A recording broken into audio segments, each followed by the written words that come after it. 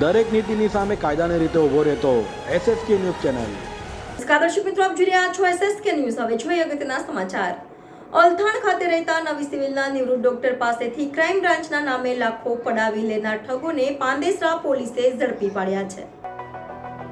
સુરતમાં નકલી પોલીસનો આતંક રોજે રોજ સામે આવી રહ્યો છે, ત્યારે પાંદેસરા પોલીસે આવા 4 ઠગોને ઝડપી પાડ્યા છે।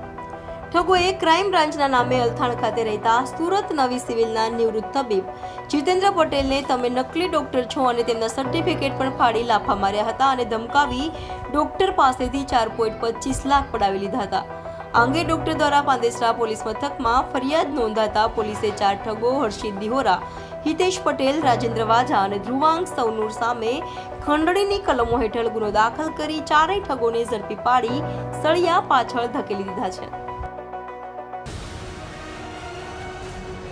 દરેક નીતિની સામે કાયદાની રીતે ઊભો રહેતો SSK ન્યૂઝ ચેનલ।